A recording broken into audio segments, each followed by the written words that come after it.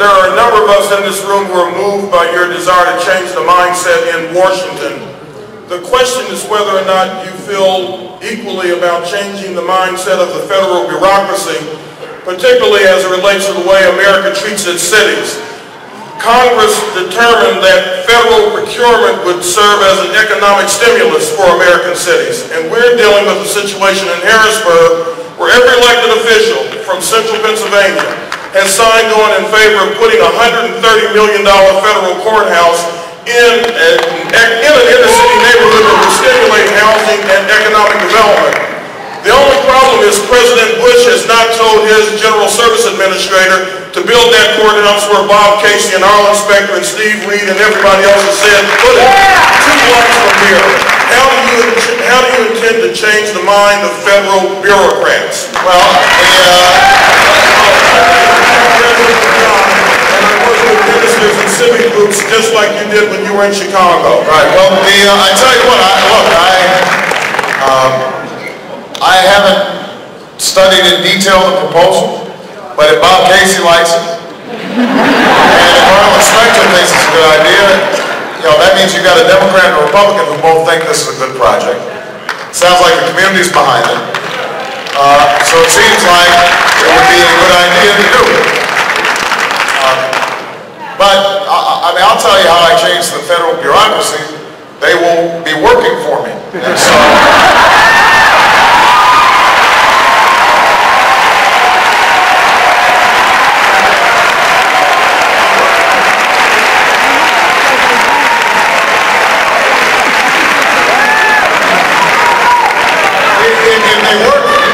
now the truth is they work for the American people, but the American people have elected me, and I will be able to ask on behalf of the American people, why is it you're not doing what you're supposed to do?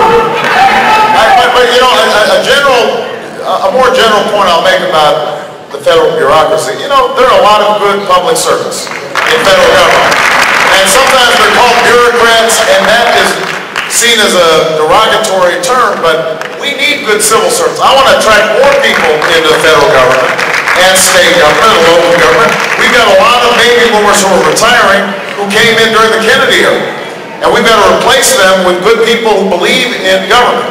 The one thing I want to do, though, is to make sure that when people come in, they understand that your job is to serve the people, not to grab power for yourself, not to look out for your job, but to serve the people. And sometimes the federal government is not customer friendly. It's not customer friendly, let's face it. Sometimes you interact with the federal government, whether it's the IRS or, post office or whatever, and you sometimes feel like, you're not getting service. And I want government to feel like, boy, I want to make sure that anybody who interacts with government, they come away feeling like these folks are trying to help me. And that goes from the top to the bottom. When people ask me sometimes, who would you like to have in your cabinet, or who do you want for vice president? And I always say, I'm not going to say that now, because it's premature. I haven't won the nomination. But I can tell you, in principle, that I want people with integrity. I don't want people who are coming in to cash in or to help their cronies or help their friends. I want people of excellence, so no more, heads of the Arabian Horses Association in charge of the Federal Emergency Management Agency.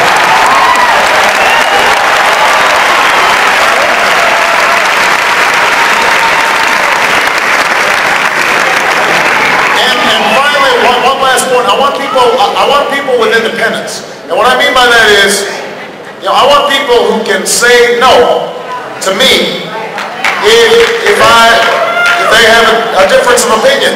I don't want, part of the problem with George Bush is he just surrounded himself with people who told him what he wanted to hear. That's how we ended up in Iraq. Nobody said, Mr. President, this is a dumb idea.